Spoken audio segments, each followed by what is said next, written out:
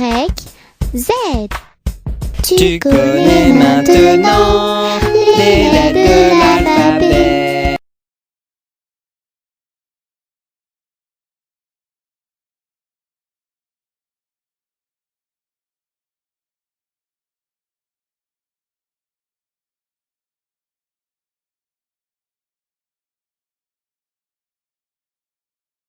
École de l'excellence, 6 au 411, entre Dikini 63B et Tour 65 à Carrefour, Eden des petits génies est l'une des meilleures parmi tant d'autres. Beaucoup de parents peuvent y témoigner, ça c'est sûr. C'est pourquoi, dans le cadre de la rentrée scolaire 2015-2016, nous avons l'immense honneur de vous présenter son directeur fondateur, Monsieur Jelvin Smart Axim, qui va nous parler de quelques mots de lui et de l'établissement. Bonjour Sankara. Bonjour Jenny, bonjour Monsieur Axim. Bonjour Sankara, bonjour Jenny. Bonjour chers téléspectateurs. D'entrée de jeu, Monsieur Axim, parlez-nous un peu de vous. Bon, déjà je dois dire merci de me recevoir sur ce plateau.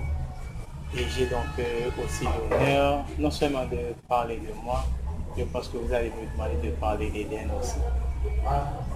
Je suis Axim Jelvin Smart, né le 20 février 1873.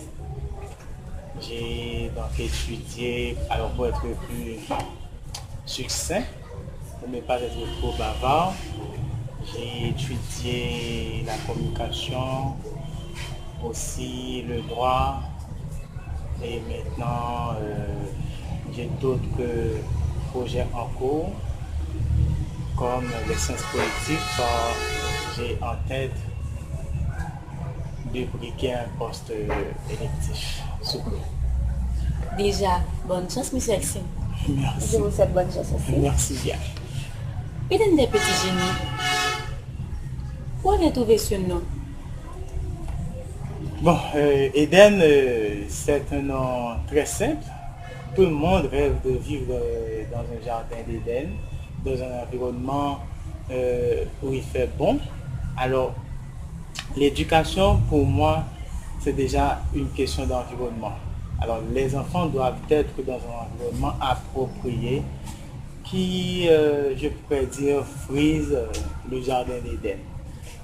Étant donné que les enfants que nous préparons ne doivent pas être limités à Haïti, donc ils doivent posséder une somme de connaissances et de savoir, donc on ne va dire des petits génies. Donc j'ai fait donc le rapport, j'ai donc associé Eden et petit génie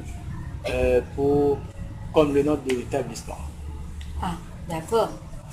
Présentez-nous Eden, son fonctionnement, le cadre administratif, le personnel, etc. Bon, moi je suis le directeur général, le PDG de l'institution. Il y a la section préscolaire qui est dirigée par Madame Stalmont Marlene. Il y a ensuite, comme vous le savez, dans toute institution sérieuse, on doit avoir un administrateur, ce que nous avons.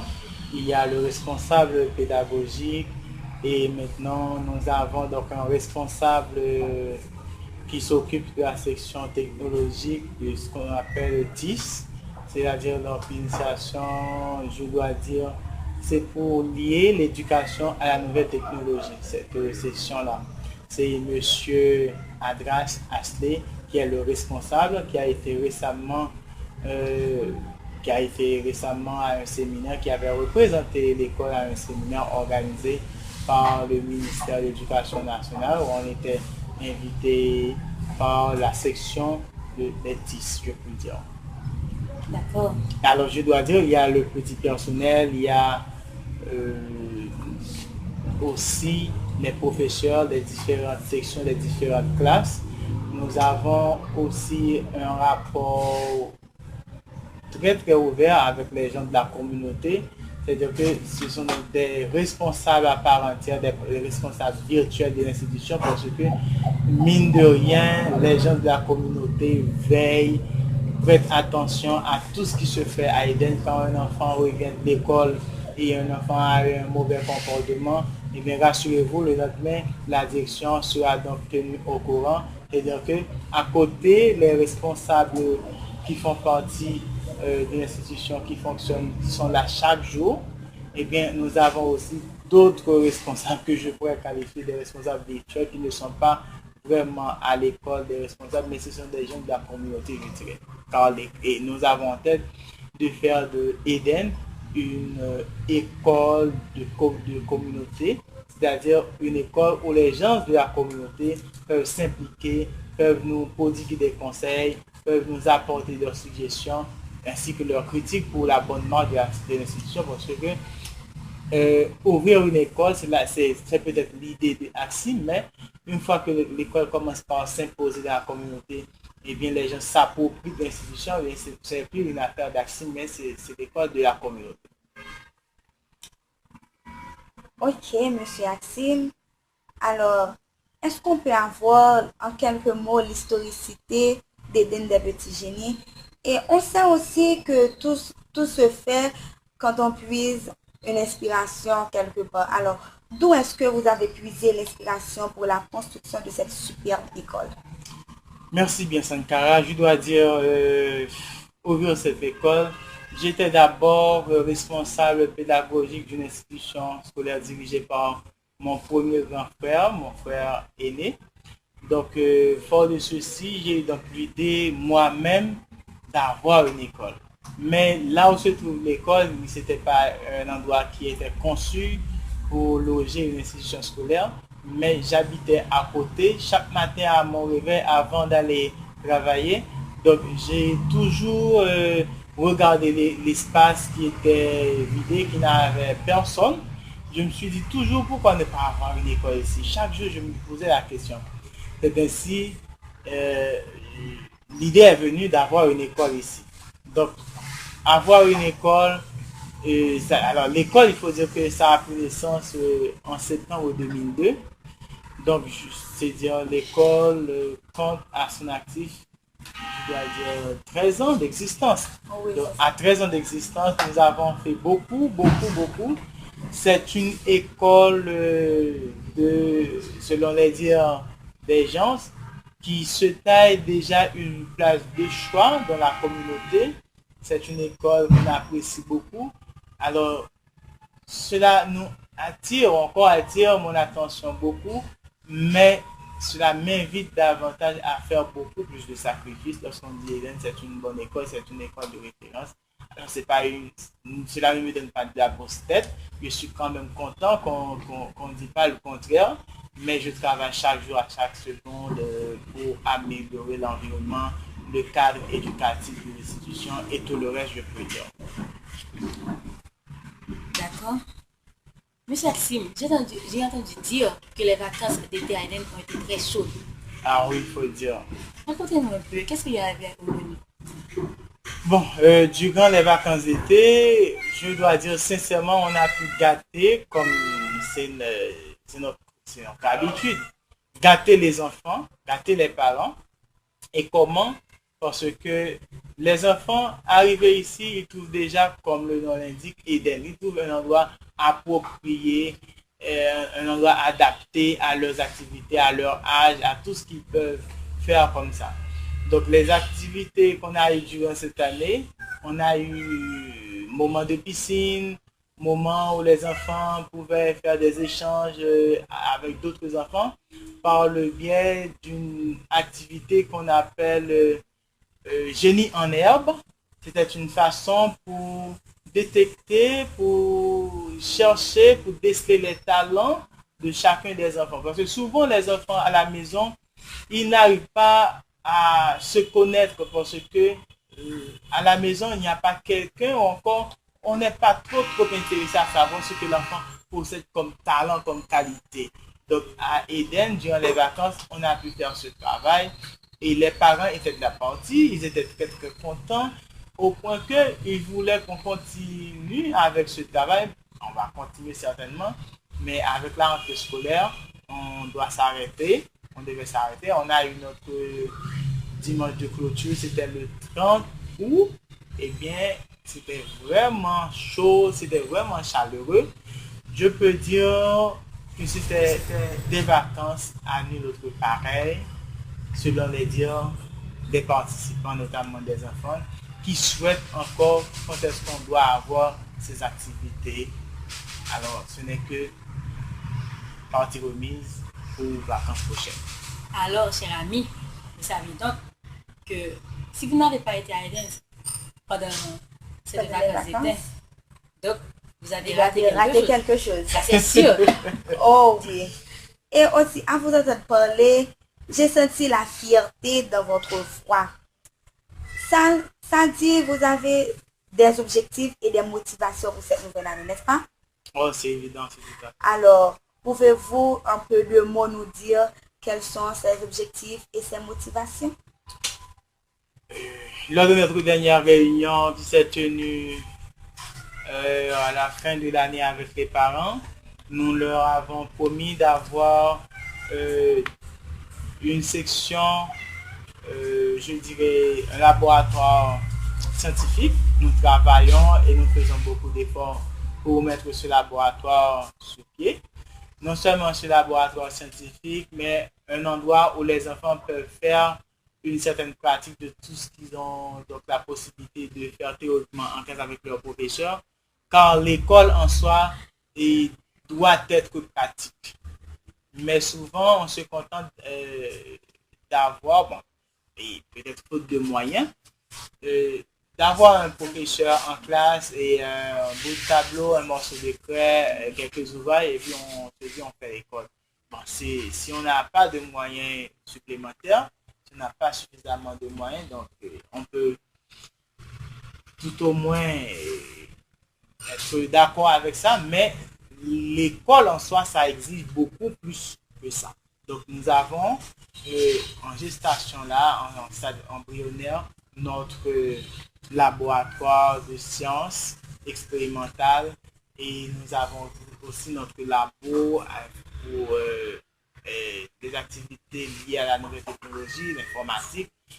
Donc nous travaillons et nous sommes en train de penser à autre chose, c'est d'avoir c'est impliquer, d'avoir une part active des parents parce que les parents ne doivent pas être considérés comme étant des gens qui doivent venir payer seulement l'école, mais nous pensons que les parents doivent avoir un moment, je dirais, plus attentionné qui doit les valoriser. C'est ainsi que nous avons pensé à ce qu'on appelle dimanche des parents et ce sera à partir de cette nouvelle année qu'on va avoir cette activité-là.